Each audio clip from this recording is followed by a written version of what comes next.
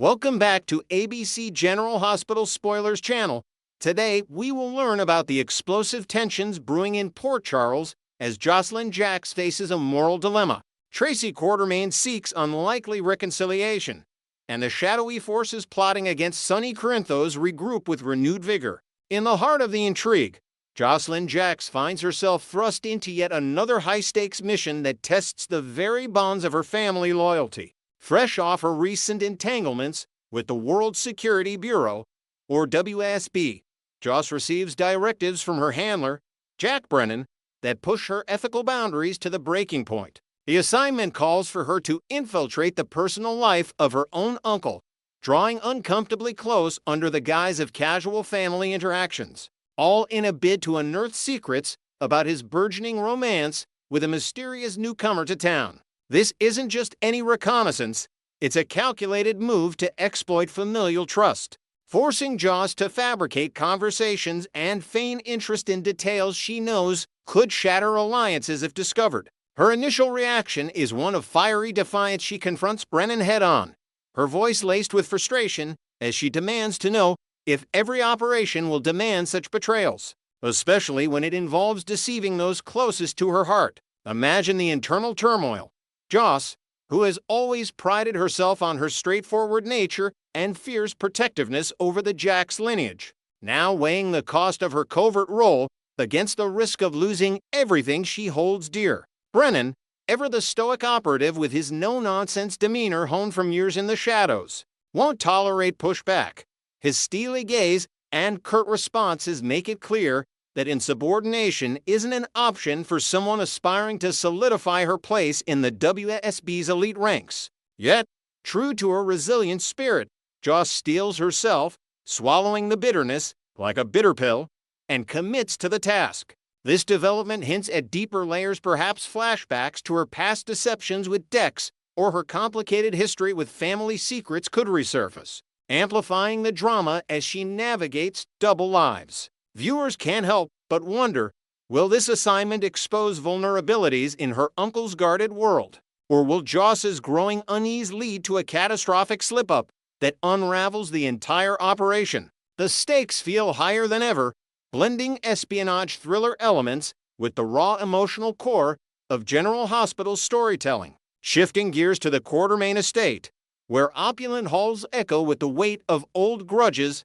and tentative olive branches, Tracy Quartermaine embarks on a surprising path toward mending fences that seemed irreparably fractured. Inspired by a profound, off-screen conversation with Giovanni Palmieri's suave Italian confidant, whose insights into forgiveness and family legacy have clearly struck a chord, Tracy issues an unexpected summons to Veronica Bard, the woman whose recent clashes with the Quartermaines left scars deeper than a typical society feud. Vera Nietzsche's arrival at the mansion, captured in tense promotional glimpses, isn't a casual visit. It's a deliberate confrontation orchestrated by Tracy, who positions herself in the grand drawing room amid antique furnishings that symbolize the clan's enduring power. The air crackles with uncertainty. Veronica, still smarting from whatever betrayal or business rivalry transpired, arrives with crossed arms and a skeptical glare. Her designer attire a stark contrast to the Quartermaine heirlooms. Tracy, ever the master manipulator, with her sharp wit and unyielding poise, extends a hand not in weakness, but in strategic vulnerability, proposing a truce that could reshape alliances in Port Charles elite circles. But receptivity? That's the wild card. Vera Nietzsche's history of fierce independence suggests she might rebuff the overture, unleashing a verbal barrage that exposes buried resentments tied to corporate takeovers or personal slights from years past. Adding layers to this reconciliation arc, the Quartermaine family itself begins to pivot, as evidenced by a pivotal promo scene where they rally around Giovanni for counsel, their unified plea hinting at a collective desire to bury the hatchet for the greater good, perhaps safeguarding ELQ's interests against external threats. This family dynamic evolves intriguingly. Edward's ghost looms metaphorically through discussions of legacy, while younger members like Brooklyn offer cautious optimism, contrasting Tracy's pragmatic approach. Inventing a twist here, Envision Giovanni mediating with anecdotes from his own fractured past, drawing parallels to Quartermain lore that humanize the players and foster empathy. The potential for peace isn't just superficial, it could ripple into broader storylines, like bolstering defenses against corporate espionage or even influencing romantic entanglements within the mansion's walls. As tensions simmer, this subplot promises a rich exploration of redemption, where pride clashes with pragmatism in true soap opera fashion. Meanwhile, in a quieter corner of Port Charles' romantic landscape, Marco Rios springs an unanticipated move on Lucas Jones that sends ripples through their budding connection, prompting soul-searching confessions. Lucas, still navigating the aftermath of his own personal upheavals, including his surrogacy journey and family strains, is caught completely off balance by Marco's bold initiative. Speculate it's an intimate gesture, like a surprise getaway proposal or a heartfelt declaration under the stars at the waterfront park, designed to elevate their flirtation from casual dates to something profoundly committed. Marco, with his charismatic energy and enigmatic background as a newcomer, possibly tied to medical or artistic circles, times this perfectly, his eyes sparkling with genuine intent amid the city's twinkling lights. Yet, for Lucas, the moment ignites doubts rather than sparks. Later, in a vulnerable exchange with Ava Jerome, whose own romantic wisdom stems from turbulent loves, he pours out his fears, questioning aloud if Marco represents merely a rebound from past heartbreaks, a temporary salve for wounds inflicted by Wiley's complexities or previous relationships. Ava, sipping coffee in a dimly lit cafe, listens intently, her empathetic nod encouraging Lucas to dissect the emotions. Is this fear rooted in timing, with Port Charles' chaos pulling him in multiple directions, or something deeper, like unresolved grief over lost chances for fatherhood? This introspection adds psychological depth, analyzing how Lucas's journey from accident survivor to devoted parent influences his capacity for new love, perhaps flashbacks to tender moments with Felix or confrontations with his Jones. Heritage underscored his hesitation. Inventing further, picture Marco's backstory unfolding subtly, a former colleague of Brad's with hidden ties to the Casa Dini legacy, making his advances not just romantic, but laced with unintended intrigue. The promo's glimpse of Lucas's conflicted expression foreshadows a turning point. Will he embrace the leap, fortifying a partnership that brings stability to his life, or pull back, risking isolation in a town full of second chances? This arc masterfully weaves vulnerability with possibility, highlighting General Hospital's knack for portraying love as both healing and hazardous. Finally, as dark clouds gather over the political underbelly of Port Charles, a clandestine strategy huddle convenes to revive the faltering push behind Measure C, the controversial initiative aimed at ousting Sonny Corinthos from his entrenched position of influence. Jordan Ashford, the no-holds-barred commissioner whose investigative prowess has unraveled countless schemes, takes center stage in the promo clip, her voice urgent as she outlines the dire need for a contingency blueprint after recent setbacks. Think leaked documents or insider betrayals that stalled the momentum. Right on cue, Marco Rios appears in the frame, his involvement suggesting a pivot toward leveraging personal connections or fresh intel to tighten the noose. This anti-Sonny crusade, born from whispers of moral outrage over his underworld dealings, encounters yet another hurdle, and frankly, it's a relief to see it stumble. Sonny, for all his flaws, stands as Port Charles' unlikely guardian, his iron-fisted control over the docks and back alleys a bulwark against far graver perils. Delve deeper. Sonny's asset status shines in hypothetical scenarios where rival cartels flood the streets with narcotics or experimental threats. Recall past arcs with the Jerome Syndicate's drug wars or Helena Casadin's bioweapon plots that nearly doomed the town. Measure C's proponents, blinded by selective ethics, overlook how Sonny's business maintains a fragile equilibrium, curbing influxes that could devastate families like the Jacks or Scorpios. Jordan's backup plan might involve rallying allies like Scott Baldwin for legal angles or tapping Danny's precinct insights, but cracks show Marco's divided loyalties. Perhaps torn between duty and an emerging conscience, could sabotage from within. Envision added tension. Anonymous tips exposing Measure C's backers' hypocrisies, like ties to Pikeman's shady ops, forcing Jordan to confront her own compromises. This session isn't mere plotting. It's a high-wire act balancing ambition against the town's survival, underscoring Sonny's complex legacy ruthless, yet redemptive. A kingpin whose removal might unleash chaos. Next, we will learn about the brewing family reconciliation at the Quartermaine mansion, where Tracy Quartermaine stands at a crossroads after heeding young Joe Palmieri's wise counsel to reunite her scattered loved ones under one roof once more. In the swirling drama of Port Charles, Tracy's recent outburst evicting her entire family from the iconic Quartermaine estate stemmed from a deep-seated sense of betrayal that cut her to the core. Picture this: her relatives, bound by blood and legacy, inexplicably aligned with Veronica Ronnie Bard, the outsider who audaciously schemed to snatch the mansion right out from under the Quartermaine legacy. Ronnie, portrayed with nuanced vulnerability, had been manipulated by the cunning Martin Gray into facilitating a sale to Drew Kane, a move that reeked of corporate greed and personal vendettas. Yet, Tracy's fiery temperament, honed over decades of defending the family's honor against corporate raiders and romantic interlopers, wouldn't allow for easy forgiveness.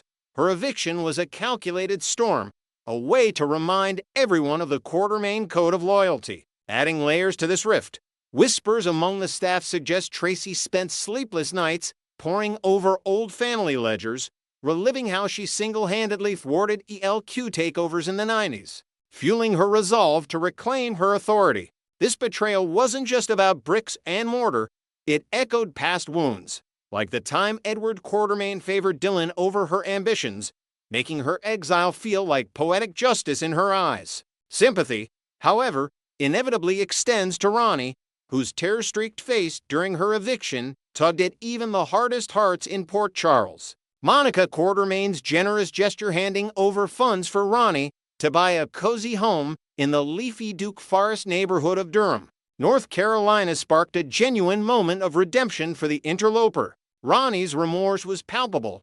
She confessed in hushed tones to a confidant that Martin's silver-tongued persuasion had blinded her to the mansion's sacred status as the Quartermaine heartbeat. Imagine Ronnie, suitcase in hand, glancing back at the grand columns with regret, her North Carolina dreams now bittersweet amid the scent of pine trees and distant ocean breezes. Yet, Tracy's unyielding stance makes perfect sense. Why welcome back someone who danced on the edge of dismantling a dynasty? Tracy's no-nonsense ethos, forged in boardroom battles and family feuds, demands accountability, turning what could have been a swift olive branch into a saga of tough love. To deepen the intrigue, invented flashbacks reveal Ronnie once shared a fleeting alliance with Tracy during a charity gala, hinting at untapped potential for alliance if egos could bend. The emotional pinnacle arrived when Michael Corinthos, ever the bridge builder, unveiled Monica's true bequest. The mansion wasn't merely a property left to Tracy,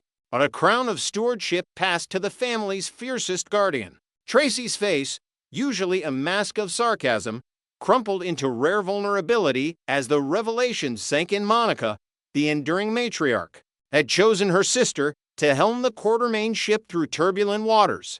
No one embodies the estate's spirit like Tracy, who has shielded it from scandals ranging from Luke Spencer's cons to the endless Kane family machinations.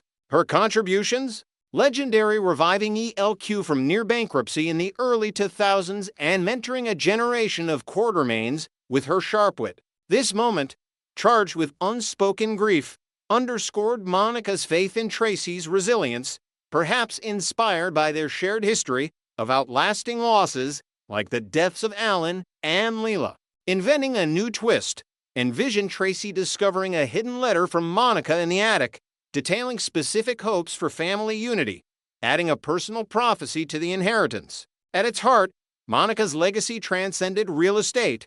She entrusted Tracy with the fragile mosaic of souls she left behind, positioning her as the new Quartermaine pillar amid grief's shadows. As the family matriarch, Tracy now bears the weight of guiding Ned, Brooklyn, and the rest through betrayals and joys. Much like Monica navigated the AIDS crisis storyline or the baby switches of yesteryear, Joe Palmieri, the young musician with a philosopher's soul, nailed it when he urged Tracy to view the eviction as a temporary thunderclap, not a permanent divide. His words a balm after the storm. Gio's growth shines here.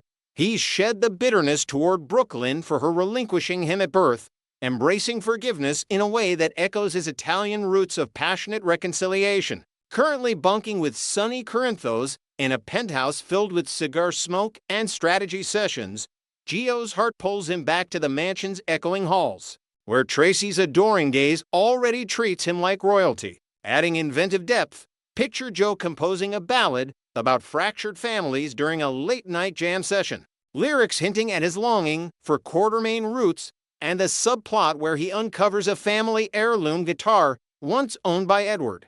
Gio's insight into familial bonds' flaws, feuds, and all positions him as the unlikely healer in this Quartermaine quagmire. He sees the Quartermaines not as perfect paragons, but as a vibrant tapestry of eccentrics, from Tracy's barbs to Dylan's wanderlust, appreciating how their dysfunction breeds unbreakable ties. This perspective, born from his own nomadic youth, busking in New York's subways before Port Charles called, makes him uniquely equipped to nudge Tracy toward openness. As for Brooklyn, Gio's biological mother, their reconnection simmers with potential.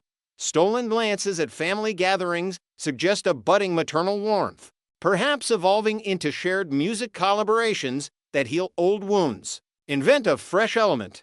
Brooklyn gifting Joe a vintage vinyl of Quartermaine composed tunes, sparking late-night talks about his adoption and her regrets, fostering a bond that could rival the iconic mother-son duos of soap history. Tracy, ever the doting grandmother, might orchestrate this by hosting a private concert in the mansion's solarium, blending melody with mending.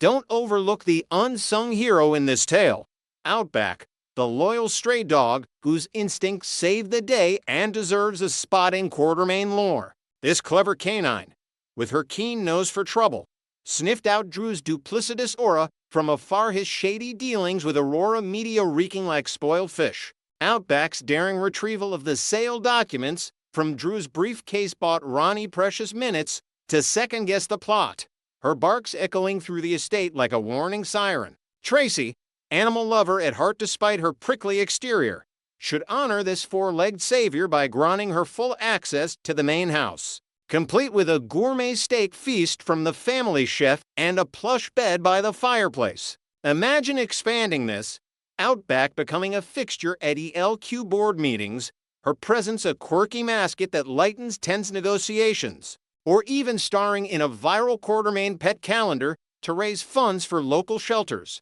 Her heroism underscores the theme of unexpected allies in Port Charles chaos. Ultimately, Tracy's ironclad pride will yield to the pull of legacy, drawing her family back into the fold with a mix of gruff commands and heartfelt admissions. Though the onus lies on the others, Ned for his wavering loyalties, Michael for his divided allegiances, they owe Tracy a collective apology, perhaps sealed over a lavish dinner in the dining hall adorned with ancestral portraits. Making peace with Ronnie is non-negotiable.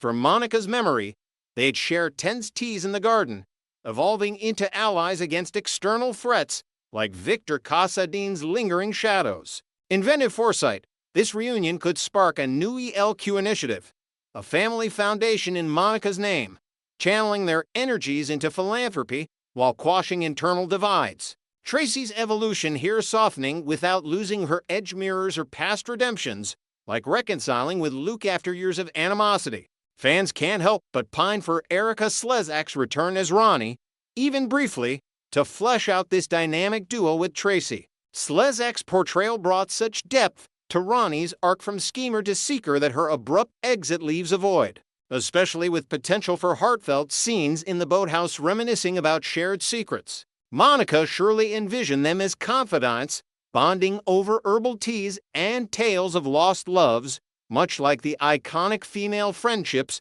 that define General Hospital. A short reprise could culminate in Ronnie hosting a Quartermain barbecue at her new Durham retreat, Bridging Worlds. Next, excitement is building as ABC releases a tantalizing preview clip highlighting the week's most intense developments on General Hospital.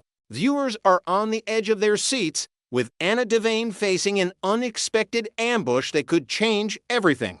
Meanwhile, Jason Morgan steps into a high-stakes operation tied to the infamous Caesar Faison, whose shadow looms larger than ever. And in a move that's sure to spark family feuds, Tracy Quartermain launches a calculated strike against Veronica Ronnie Bard, unraveling long-buried secrets about inheritance and loyalty. As the drama unfolds in this classic ABC soap, let's break down the key twists and speculate on the fallout that could reshape alliances across town. Tracy Quartermain's ruthless power play. The indomitable Tracy Quartermain, ever the master of Quartermain family intrigue, stumbles upon what she believes is the ultimate weapon, an old copy of Monica Quartermain's will hidden away in the family estate's dusty archives. This discovery fuels her conviction that Monica, in her final days, had no intention of gifting the sprawling Quartermain mansion to the enigmatic Ronnie Bard, a newcomer whose sudden rise in the family circle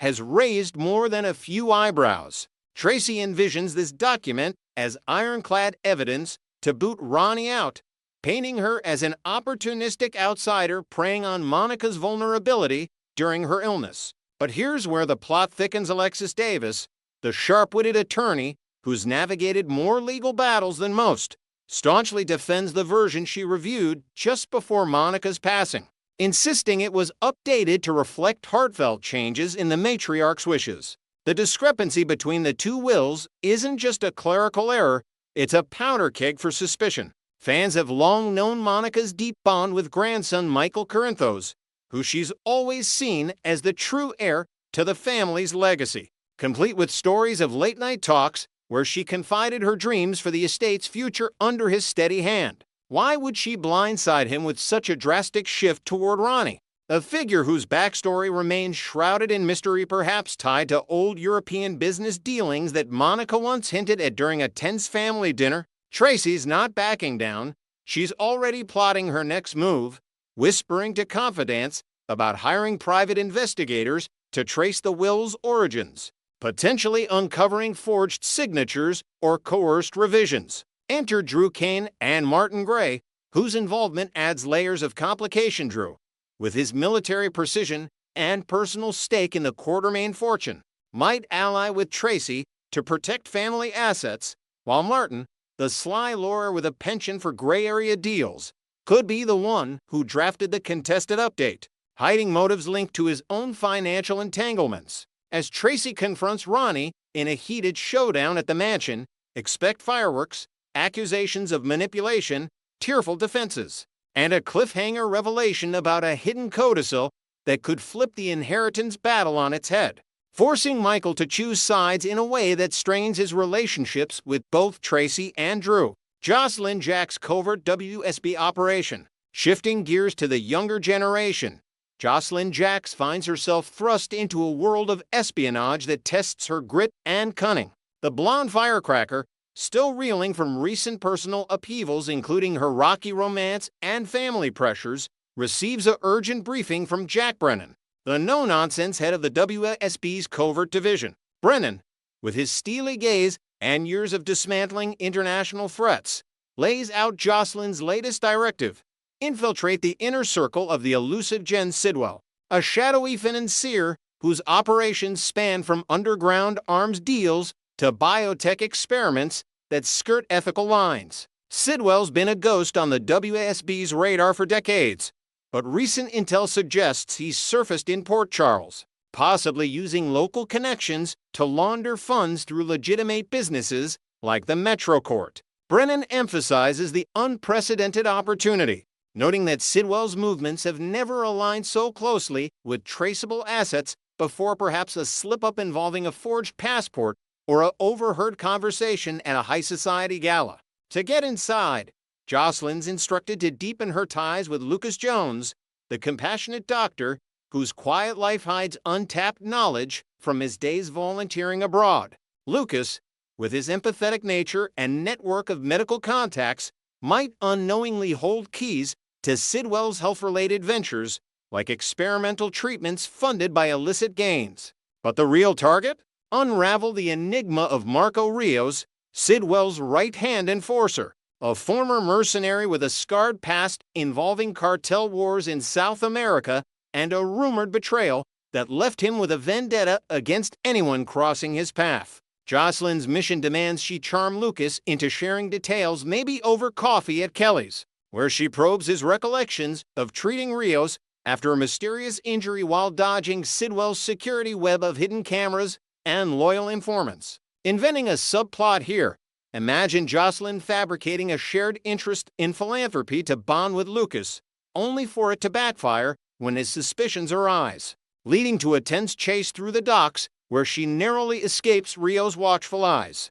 This assignment not only ramps up Jocelyn's adrenaline, but also intersects with her personal life, as Dex, her on-again, off-again flame, senses her distraction and begins piecing together her double life, potentially pulling him into the danger and forcing a heart-wrenching decision between love and duty.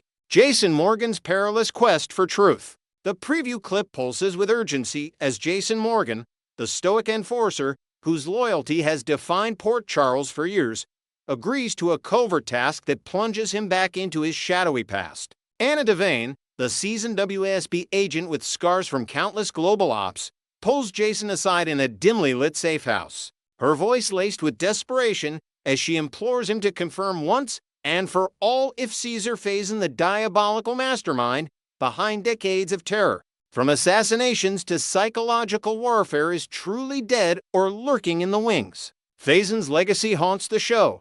Fake deaths and resurrections are his trademark, and recent whispers of coded messages in European dark web forums suggest he might have survived that explosive finale years ago, perhaps rebuilding an empire from a hidden Swiss bunker. Anna's insistence stems from fresh threats tied to her own investigations, but she's already marked as a target, her safe house is compromised and allies turning up missing. Viewers recall Britt Westburn's miraculous return from the dead, a twist that stunned fans and revitalized her arc as the brittle but brilliant doctor with a killer instinct for survival. Now, Britt's ascended to oversee Professor Henry Hank Dalton's clandestine research for Sidwell, a project involving neural implants that could control minds or enhance soldiers' details leaked from a hacked WASB file. Sidwell, growing impatient with Hank's meticulous pace hampered by ethical dilemmas and equipment shortages, demotes the professor and installs Britt as the iron-fisted supervisor, her medical expertise twisted into enforcing brutal deadlines amid late-night lab sessions filled with ethical horrors. Adding inventive depth, picture Britt grappling with her conscience as Hank pleads for mercy on test subjects, revealing Sidwell's endgame, a weaponized serum to brainwash key figures in Port Charles, starting with political influencers. Chaos erupts when Emma Scorpio Drake, Anna's fierce daughter and a rising WASB prodigy, bursts into the lab unannounced, her detective skills honed from shadowing her mother. Emma demands answers about Britt's sudden allegiance, piecing together clues from overheard calls and discarded notes. Britt spins an elaborate cover of coerced involvement due to family blackmail. But Emma's not buying it, her gullibility feigned to draw out the truth, leading to a nail-biting standoff where hidden alarms summon Rios. The clip's heart-pounding climax shows Anna sliding into her sleek black sedan after the briefing, only to be overpowered by a masked assailant wielding chloroform-soaked cloth. Her struggles muffled as the car speeds into the night. Who dares attack the unbreakable Anna? Speculation runs wild. Could it be Faison's loyalists seeking revenge for past defeats, or Sidwell's operatives silencing her before she exposes his network? Perhaps a betrayed insider like Brennan, harboring grudges from old missions, or even a Quartermain connection tying back to the Will dispute. As Jason races against time, his mission collides with Jocelyn's, forging unlikely partnerships amid gunfire and deceptions. This week's episodes promise non-stop thrills, blending legacy villains with fresh betrayals that will have fans theorizing for weeks. Tune in to see if Anna escapes. Jason uncovers the impossible, And Tracy's Gambit Pays offer backfires spectacularly.